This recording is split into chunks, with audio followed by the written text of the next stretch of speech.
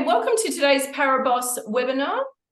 For those of you who are new to ParaBoss, ParaBoss is Australia's resource for the control of worms, lice, flies, and ticks in cattle, sheep, and goats. Today, we are going to be looking all at worms though, and we're going to look at whether you're ready for the worm season ahead, which is starting off to be fairly hectic in some parts of our eastern states. So our presenter today will be Dr. David Hucker, and I'll introduce him in a moment. And for those of you who don't know me, my name is Fiona MacArthur, and I'm a member of the ParaBoss Extension Team, which is a joint initiative of Australian Wool Innovation, Meat and Livestock Australia, the University of New England, and Animal Health Australia. A little reminder, the webinar is being recorded, so if you miss anything or your internet gets a bit sketchy, you can catch up later on our YouTube channel. So there are two tabs on the Zoom panel, though I'm quite sure everybody is familiar with Zoom. You have the Q&A tab and the chat function. So I'd like you to use them for two different purposes. If you could use the Q&A tab for all your questions for our question and answer session, which will be at the end of today's presentation. You can ask David anything you like on the topic. So if you pop them through during the presentation, I'll collate them and share them with David at the end for you on your behalf. And then the chat function, you can use that to talk to me. So if you're having any IT problems, I'll try and help you through the chat function, or if you have any questions about anything unrelated to Q&A time, please pop them in the chat function there. It's all anonymous to all the other participants. It's only seen by me. So I'll just stop sharing my screen and invite David to share his screen. So David is from Paratech Veterinary Services, which is located down in Victoria. So it's wonderful to have him here today. Just double check he's able to share his screen and we'll get that up. So it's nice to have someone from down on our southern borders joining us today. And David has a great presentation prepared for you all about worms this season coming up. So we'll just get his presentation up into slideshow mode, which is happening now. Great, David, I have your presentation up on screen, so you're good to go. Okay, and thank you very much, Fiona. This session, I think, has probably come about because we've had a much more severe season for managing worms than a lot of people have had in the past 6 or 8 years. However, what we would like to do, or what I would like to do today, is to impart an understanding to you of how the worm issues occur and to provide information so that you can use that understanding to make your own decisions and use that to adequately control worms. Today we'll be looking at a number of things, but I will be using a lot of tools and so on. We're talking about a lot of tools and so on that are also available on the WormBoss website. Whilst I'll be looking at them more from a producer perspective, for pure information, probably WormBoss will give you some more detailed information. We've got things on WormBoss like regional area guides for sheep, cattle and goats. Importantly, some specific drench information, and also quite a lot on managing drench resistance. So today I was going to run through the worm life cycle, and if you have an understanding of that, it will allow you to make a lot better decisions with your worm management and drenching. We'll also consider some tools to monitor worm burdens, ways to keep the worm burdens low, and a bit on pasture management and a bit on drench management. Start with on the sheep worm life cycle. You've probably all seen this diagram before. The sheep ingest the worm, the eggs pass out from the sheep, the eggs develop to larvae on the pasture, and then the sheep eats the new season's larvae again. But if we have a bit more of a look at this, the sheep phase is basically from when the sheep ingest the worm, or third stage infective larvae, to when it excretes the egg. And this is basically a fixed time. With Barber's pole worm, it's about 19 days. Black scour worm, it's about 20 days. And brown stomach worm, it's about 23 days. But let's call it 3 weeks. And this is called the pre-patent period, and this is quite important for some worm management technologies. On the other hand, if we look at the phase of the worm life cycle below the red line, we have the eggs that have passed out in the feces. These eggs develop to larvae. They go through a couple of stages, and then they become what we call the L3 infective, or what's called L3 ensheathed in this diagram. These larvae can last on the pasture for approximately 1 week to 1 year. Obviously, the numbers decline as things go along. But more importantly, what we need to remember is the larval development rate is controlled by temperature, moisture, and oxygen. If we take any one of those away, then the larval development rate is very much delayed. So in some years, we can get a rapid turnover of worms, even black scour worm, if it occurs in southern districts when there's summer rainfall. Or as you know, the Barber's pole worm in the summer rainfall areas, say around northern New South Wales, then they can develop quite rapidly and cause problems within the pre-patent period of about 3 weeks. That's when the larvae are causing the problems. So what tools have we got to monitor worms? Well, firstly, nutrition. And as I say to all my clients, look at the sheep first. What's going on? Are the sheep gaining weight? Are they stressed because they're losing weight because of lack of feed, which will make them more susceptible to worms? Or is there something else, such as a change of feed, that's causing a problem? The worm egg count basically reflects worm infection of 3 weeks ago. That's because the pre-patent period of most of the worms we've mentioned is roughly 3 weeks. So if you have worm-free sheep and you drench them today, then you won't see any eggs coming out until about day 18 or 19 if they're Barber's pole, or a little bit later if they're black scour worm or brown stomach worm. We get these species differences mainly because of the environment in which they occur, but they can occur in basically any district. We are finding more and more Barber's pole worm in southern districts, what's commonly called the high rainfall district, Victoria, southeast of South Australia, and so on. But whether we're actually looking harder for Barber's pole worm there, or whether there's been low levels of Barber's pole worm there in the past and we haven't really noticed them, but because of reasons undetermined, such as climate change, they appear to be more prominent now. With worm egg counts, the ideal testing period seems to be about 4 to 6 weeks. And if we can keep monitoring sheep at about that period in the southern high rainfall area, then usually we've got a reasonable control of the worm population on the property. Another thing about worm egg counts, the worms lay eggs at a constant rate. They're in a dark area, air conditioned at about 38 degrees. So they continue laying eggs as long as the feed keeps coming in and the sheep keeps surviving. But what influences the rate of egg count? This is important because sometimes we see a rapidly rising egg count or a falling egg count. That doesn't seem to make sense. Firstly, the fecal output significantly influences the egg count.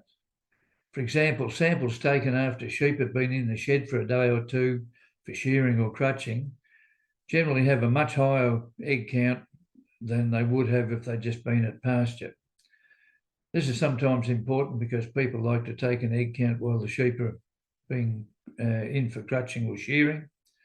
So it's much better to take that egg count as the sheep come into the yards rather than after they've been through the shed for a day or two. Now, another issue is that samples from scouring sheep have a much higher moisture content. And this means they will have a lower egg count. In fact, it could be as low as about a third of what they would have if it wasn't for the moisture content. More recently, we've developed techniques to quickly assess the moisture content of egg counts in laboratories. And the adjusted fecal egg count applies these counts, these moisture corrections to the counts, so we can get a figure that's more comparable to compare with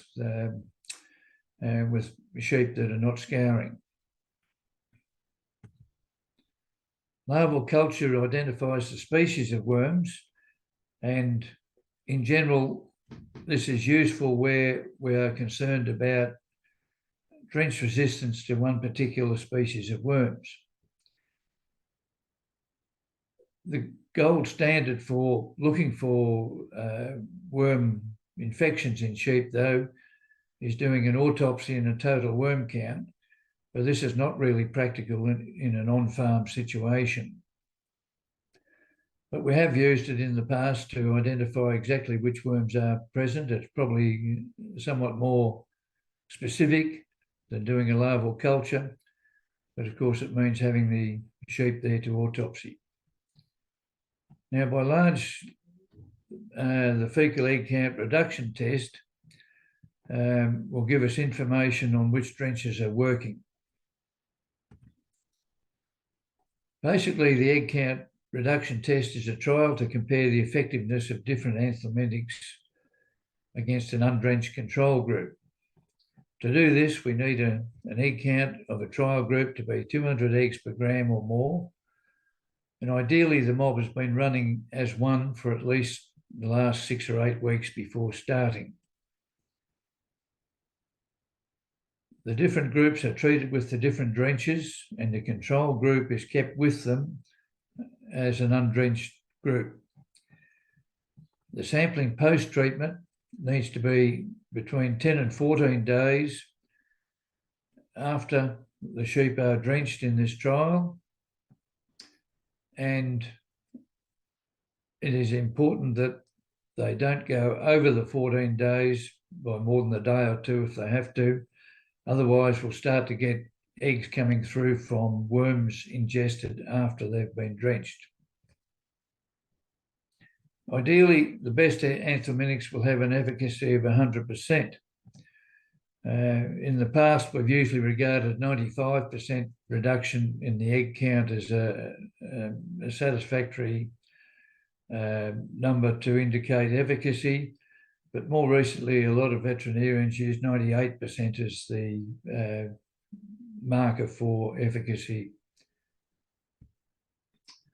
This is just a typical egg count reduction test result. And as you can see, the control group on this one, the mean on the second bottom line, is 865.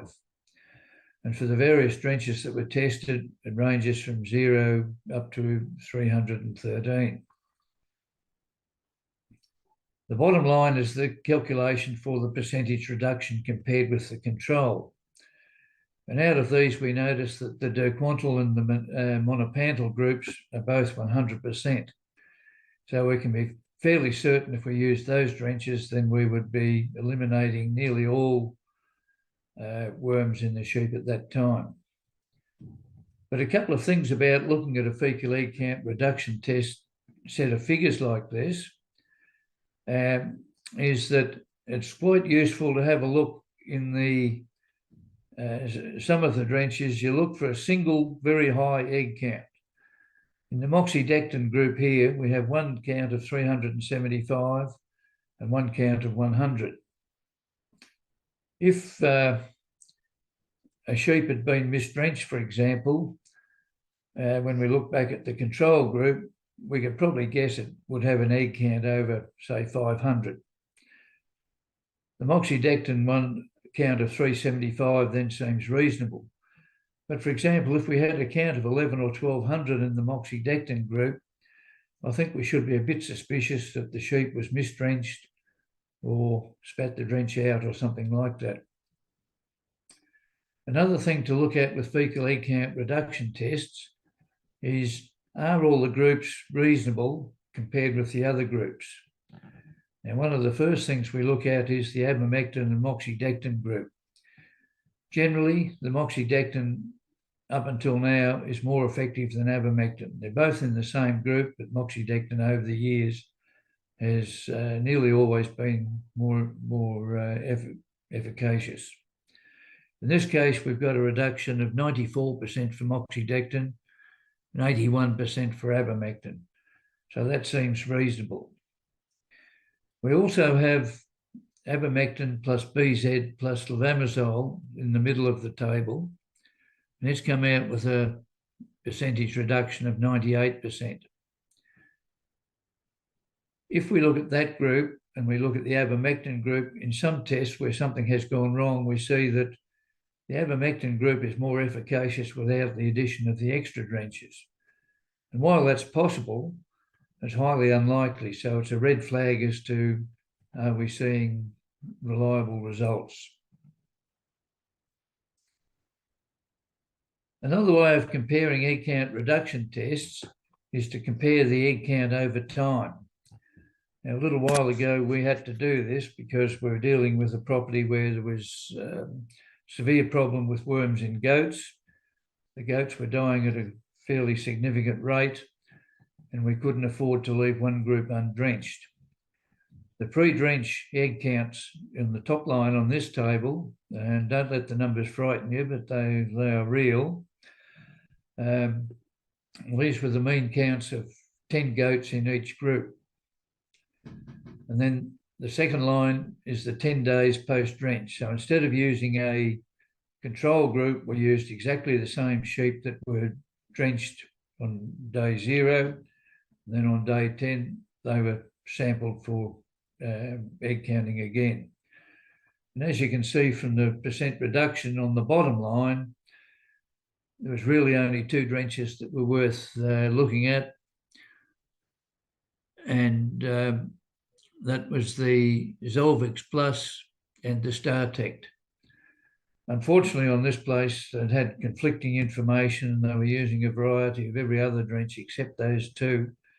And it's possibly why they ran into such a problem. Another way of looking at measuring drench resistance is to look at the egg count of a mob pre and post drenching. So just like in the fecal egg count reduction test, we could take a sample at the time sheep are drenched, if they've just been drenched for any particular measure, and then 10 to 14 days later we take another sample from the same mob. Now, because there could be changes in pasture, the sheep might have moved from a stubble paddock to a pasture paddock or something like that over that 10 or 14 day period. We're not usually game to calculate a reduction there, but at least it gives us a pretty good idea of whether a drench is working well or not. And if we've used a drench we believe should be close to 100%, then a very low egg count 10 to 14 days later gives us some assurance in that. For Barber's poleworm, the Famisher test developed in South Africa some time ago is another method of estimating what's going on as far as the worms go. The test basically estimates the level of anemia in the animals, because the Barber's poleworms are basically bloodsuckers, and it's simply a matter of comparing the colour of the lower eyelid with what's called the Famisher card, and that will give us some idea of the level of anemia. It doesn't directly tell us what the worm situation is, and the other issue is it doesn't allow for concurrent worm infections like Barber's poleworm with black scoureworm, but it still has been used over time, and small groups of animals it might be quite useful, particularly goats, to use that to assess if there's something developing. Keeping the worm burdens low. Our aim is to keep the worm burdens low, but to minimise the development of anthelmintic resistance. In essence, this is a combination of pasture management and monitoring for worms and drenching with a suitable drench, but only when necessary. This is the basis of an integrated parasite management system. It works well if you can set it up and get the worm numbers relatively low on the property, and you can deal with seasons like we've had this year.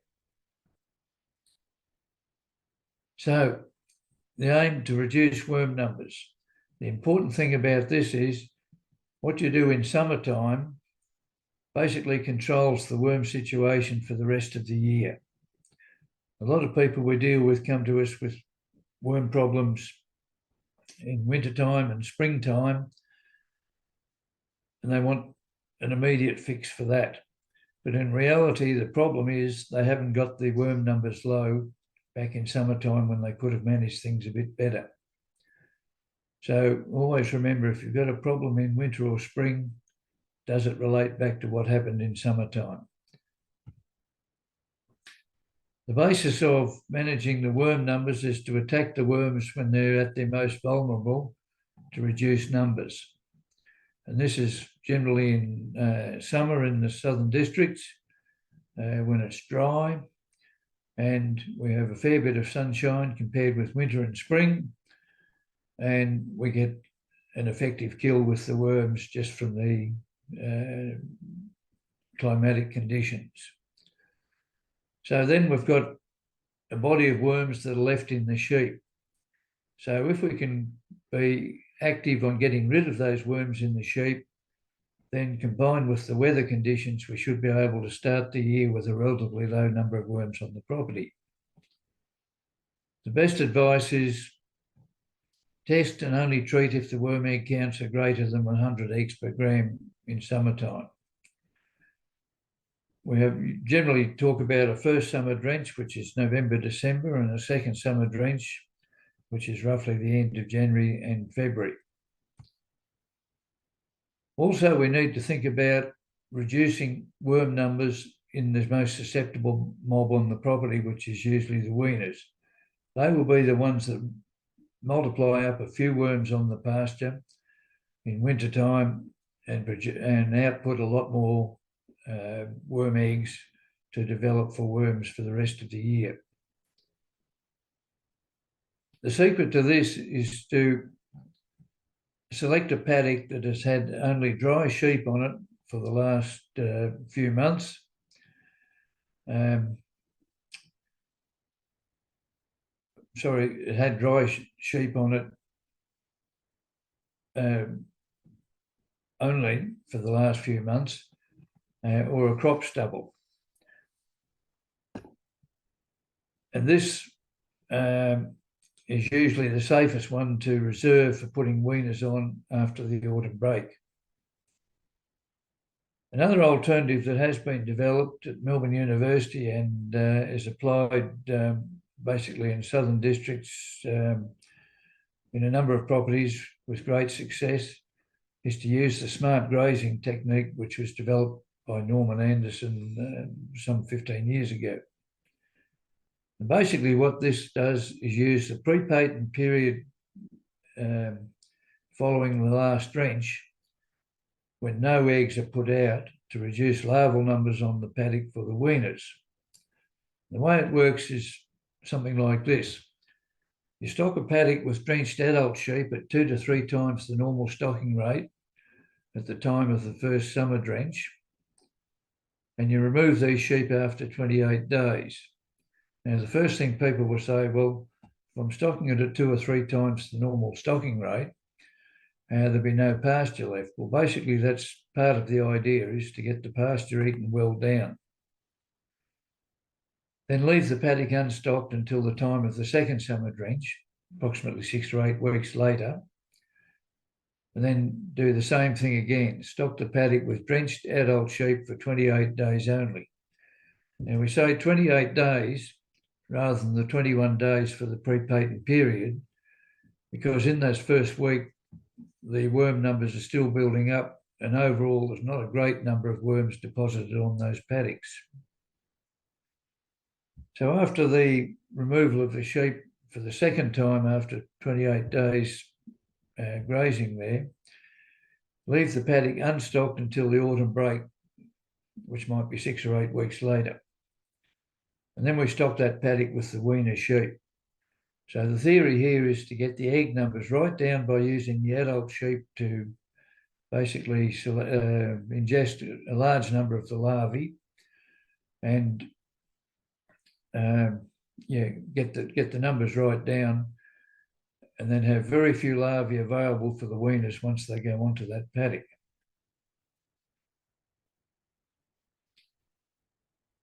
In autumn time, one of the biggest problems we see is paddocks which have long dry grass by the end of April.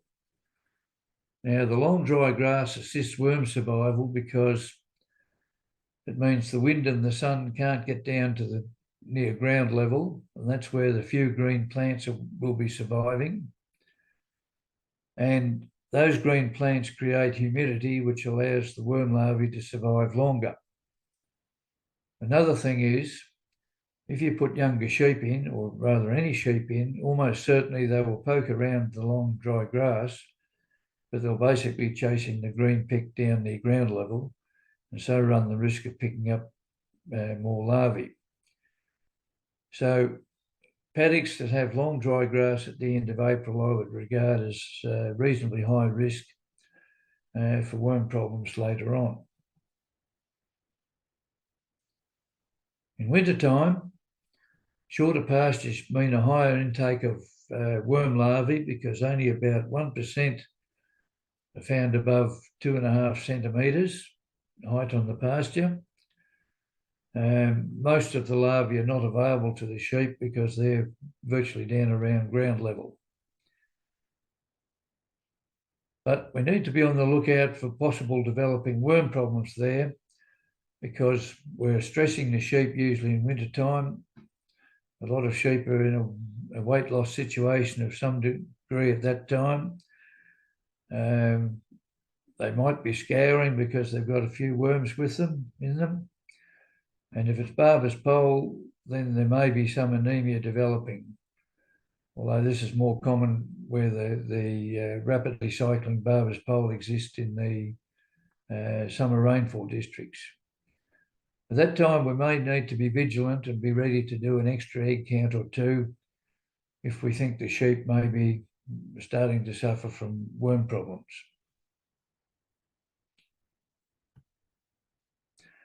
We come to springtime, and the increasing pasture length means that we're reducing the larval intake for most sheep.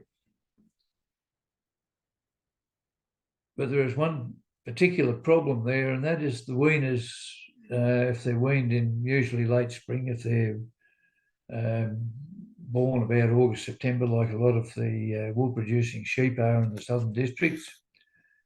And they those weaner sheep tend to find a patch of perhaps high clover content or something like that, and they'll graze it right down to ground level and thus be subject to taking in a lot of larvae, although the average height of pasture in the paddock may be 100 millimetres or more. So we need to reduce the worm burden before next year. And this is where the first summer drench becomes critical, because if we don't get rid of the worms from the sheep at the first summer drench time, then we run a risk of carrying them over and they become the seed for the problem in the following winter. But on the other hand, if we do a lot of summer drenching, this is also the time when we get the greatest development of resistance to the drenches. So the general rule we work on is we only do a first summer drench if the egg count is below 100 eggs. We only do a first summer drench if the worm egg count is above 100 eggs per gram. If it's below 100 eggs per gram, then we're better off not drenching at all. Increasing body weight also means increasing resistance to worm infections. Firstly, we get fewer larvae that develop into egg-laying adults out of the intake of larvae. And secondly, those larvae that do develop to egg-laying adults in the sheep, they lay fewer eggs.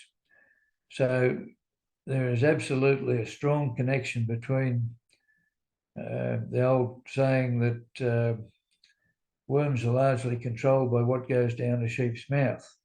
The best fed sheep tend to have fewer worm problems, and more importantly, they put out fewer eggs. For spring lambing ewes, the weaning drench will often coincide with the first summer drench, and that's fine. But I wouldn't be too worried about looking at an egg count for the weaners just at the time of weaning. I would drench them irrespective of an egg count because weaners, whilst they don't pick up too many worms until they get to about 6 to 8 weeks of age, there's usually a fairly significant egg count by the time they get to weaning at 12 to 14 weeks. So routine drenching of spring lambing ewes at weaning time, which may be the first summer drench, is the usual recommendation. It's often said we can only manage what we can measure, and I think this is quite true. Over time, people that are regularly worm egg counting their sheep will generate a reasonable picture of the worm burdens. And this may be that people can reduce the number of egg counts because they're reasonably happy they know what goes on their property at certain times. This will all be governed by time of lambing and susceptibility of the different classes of sheep.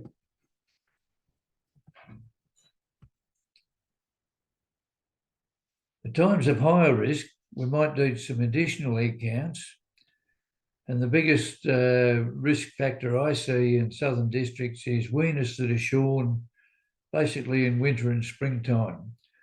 They're usually put under a fair bit of stress due to shearing, and in wintertime it may be they're on hand feeding and there's not a lot of pasture about.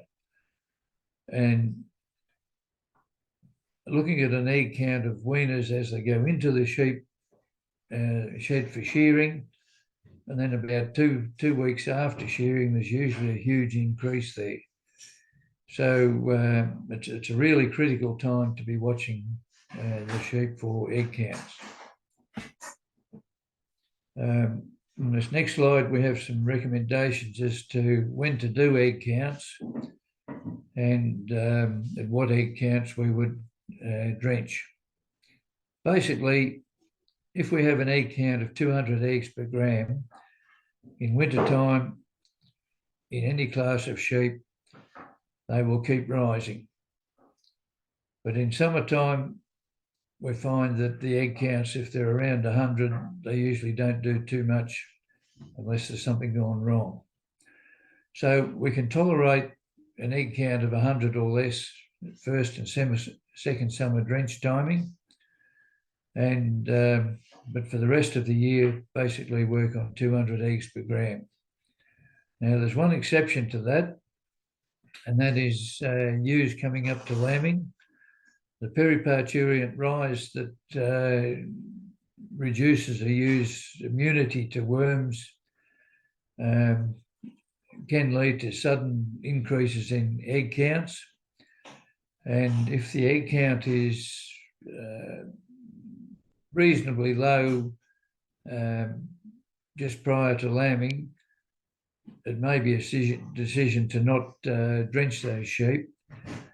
But in history over the years, we've found that if the egg count's over 100 at the time, about 2 weeks before lambing, then there is a fair risk that it will rise rapidly during lambing. So that's why we recommend a drench if the egg count's greater than 100 at that point. Lambs, as I've mentioned, at weaning, irrespective of the egg count, drench them. And one other possibly oddball thing is rams are often suspected to be reasonably resilient to worm infections, but in fact, they can be more susceptible than other classes of sheep. In fact, in trials, if you run ewes, wethers and rams together, then the rams will usually have the highest egg count, the wethers the next highest egg count, and the ewes the lowest egg count. So don't forget the rams as well as the other classes of sheep. So we need drenches to manage worms, but the more we use these drenches, the more we select for drench resistance. So we've got this conundrum. How do we manage it? We know that drench resistance increases with multiple uses of drenching, underdosing, drenching when there is low refugia, that is when most of the worm population is in the sheep rather than on the ground. This is basically summertime in the southern districts, and the corollary of this is the high refugia.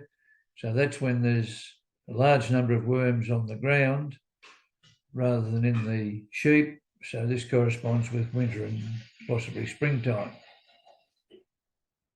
Also, drenching with longer acting products like capsules is a greater risk of developing drench resistance. So this seriously affects the timing when these products might be used. For example, you wouldn't want to be using a longer acting product coming into a time of the year when there's low refugia.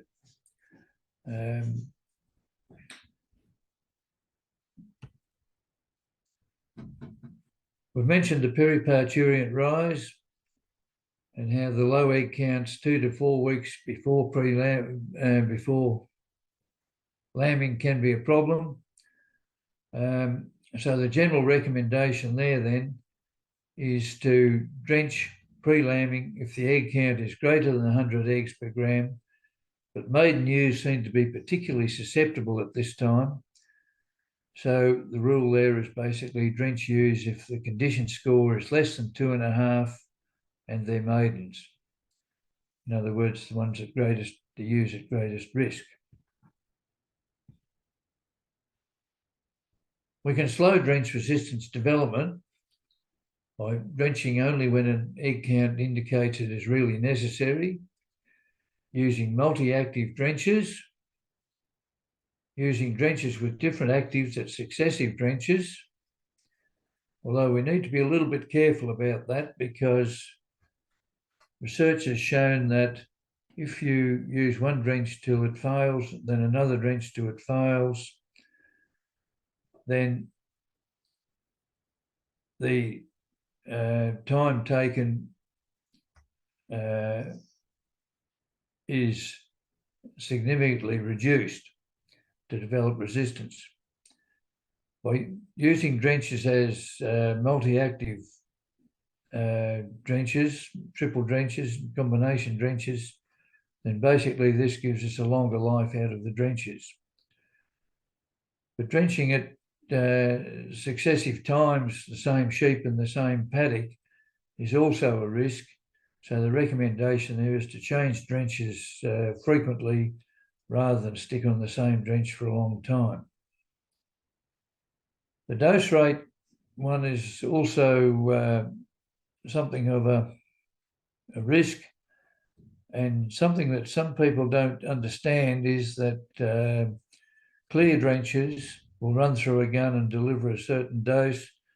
But if you put drenches that are thicker, such as white drenches, through the same gun, you'll often find there's a reduced dose rate. So it's imperative to get the dose rate right, according to the heaviest sheep in the mob, by accurately measuring what the drench gun puts out. And the other thing is, we've talked about the longer acting drenches. So the usual recommendation there is to avoid them if we can. And if we can get the job done with a shorter acting drench, when that will do, then that's a better way to go than using a longer acting product.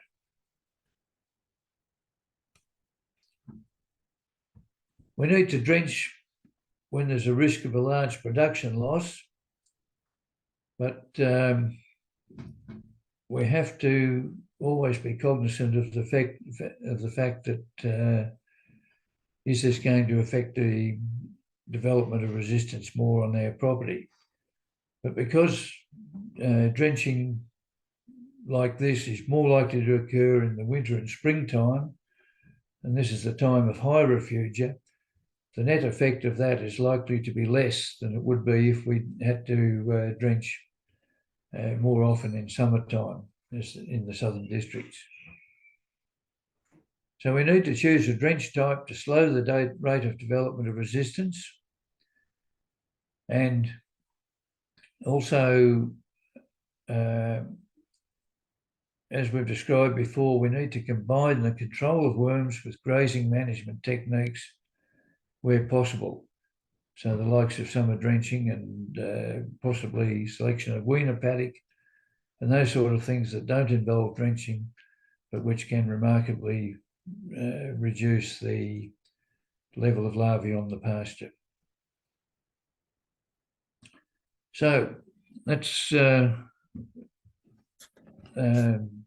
we've come to, and I'll be happy to answer any questions. Thanks, David. Just bring up our questions. One moment. Okay, first question, David, is the thresholds you mentioned in your presentation are very low to what this person is used to. Is that because you're down south and they're further north in New South Wales, I'm assuming under an influence of Barber's poleworm? Certainly the Barber's poleworm egg counts for drenching will be quite different to what we normally use down here. And also in Tasmania, it's usual to use higher egg counts down there too. Yeah, so it tends to be a bit of a regional situation as to what works in the area, and I certainly understand that in other areas that higher numbers may well be used. Thanks, David. Next question. What are long-acting versus short-acting drenches?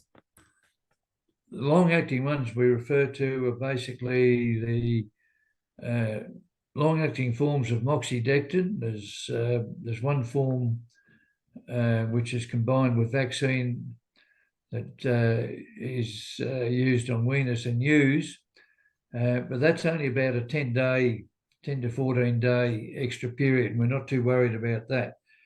But there is a long-acting form of moxidectin which goes for about 90 days for brown stomach worm and Barber's pole, but the same drench only goes about 49 days for black scoureworm. The other one that's possibly caused quite a bit of the resistance we have these days has been the capsule, which lasts for about 100 days. Now, the shorter acting drenches are a little bit variable in their effects. Some of them are probably down to about 12 hours, but most would probably fit in the range of 12 hours to about 3 or 4 days. And they would be the short acting ones. Thanks, David. Next question that's just come through is, can you comment on a primer drench in conjunction with a long-acting and also a tail cutter drench for the program? Yes, the priming drench is basically to take out any worms or any worms in the sheep that might be resistant to the long-acting drench which is about to be given. So this is to give the long-acting drench a clear start on the in the sheep. The tail cutter one is a drench that's normally given at some time after the long-acting drench has reached its payout period, but these long-acting drenches, such as the long-acting moxidectin or the capsule, they don't suddenly turn off. They tend to tail down over some time, possibly 10 days or a fortnight. and because of that, you may get quite a few days there where the drench is present, but it's not enough to kill the worms. So the worry is that these worms that survive that will then become to be a bigger proportion of the worm population on the ground, the next generation of worms. And David, should that drench be a different active to what you've got in your long acting? Ideally, it should be, yes. Thank you. And next question, how do you know if your drench is no longer working and you need a tail cutter? How do you know when to give that tail cutter? Basically, that's not done as a is this drench working or not. It's basically done because we're concerned about the declining concentration of the long-acting drench. So I don't know that we need to be too concerned about that, as long as we just give a drench about the time when the long-acting drench has reduced to below lethal effect. And if we use a different compound there that's known to be effective, well, then the aims are achieved. Thanks, David. Is haymaking and silage making also useful with managing pastures for worm burdens? In other words, cutting pastures. There's two thoughts on this. One is by cutting pastures, obviously in springtime, whether it be silage or hay, will take some of the worms out with it, and they'll die off in it when the silage or hay is cured. The other thought is that suddenly you've reduced the long pasture to short pasture. So because the worms only get up a centimetre or two in the shorter pasture, if it's been known to say 5 centimetres, then there is a greater risk of sheep on that pasture picking up larvae. So I don't know on any general terms which way is, or what the effect will be on a particular circumstance. Thanks, David. And question here, when doing a drench resistance test, after drenching, so after you've given all the different drenches, do all the sheep need to be kept as individual mobs, or can you put them all together?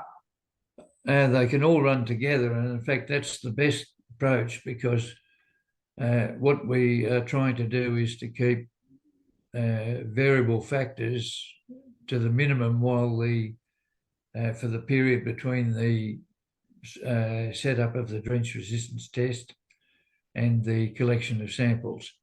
So best if they all run together, but it doesn't matter if the 90 or so sheep involved in the drench resistance test, whether they're in a small paddock not far from the shed and yards, or whether they go back as a larger mob and they're marked and drafted out for the sampling. Great. Next question. Are there any example of plants that help with resilience against worms? Sorry, you broke up there a bit, Fiona. Can you repeat that, please? Clean. Are there examples of plants that help with resilience against worms?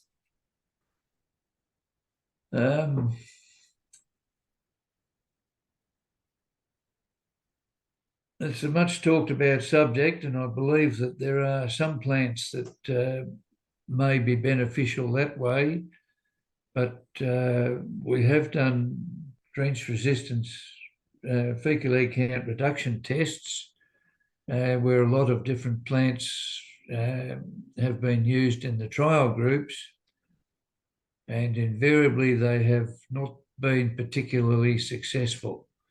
So I'd have to say I don't know of anything that works reliably and works really well.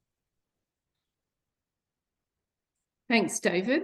Next question is, can you discuss the difference between sheep dose rates and goat dose rates? Yes, this is a particular problem for veterinarians at the moment, because I believe there's only 2 registered products for goats. One is amectin and the other is a benzimidazole, and all the other drenches have no recommendation for goats. But work in America has suggested that the standard dosing for goats is about 1.5 times the dose for sheep for the same body weight. The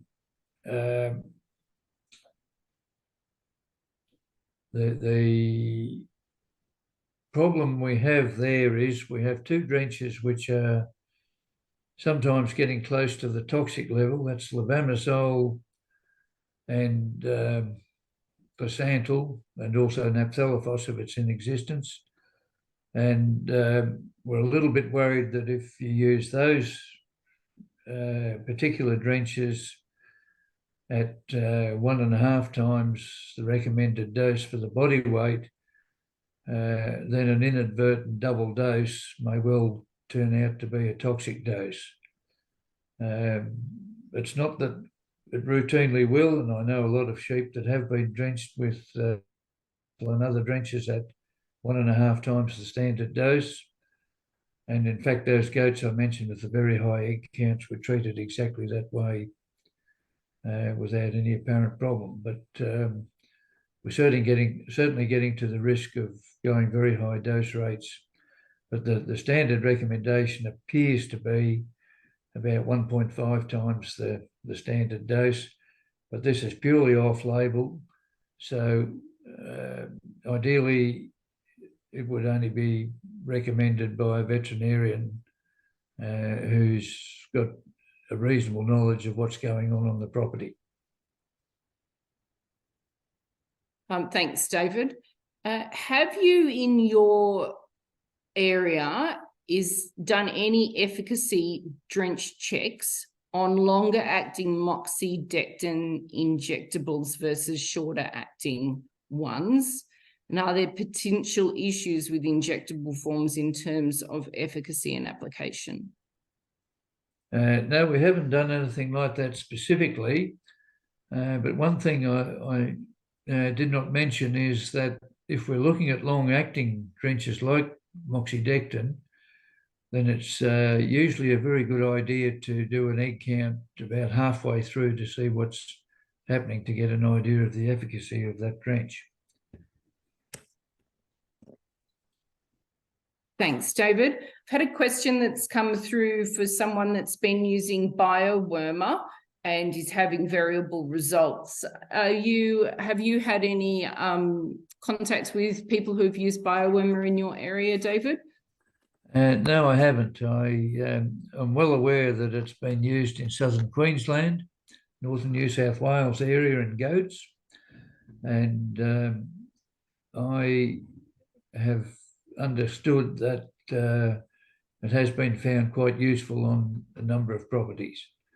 But I certainly don't expect it'll be the magic bullet, or it'll be 100%. Great. Thank you, David. Well, that brings us to the end of our questions.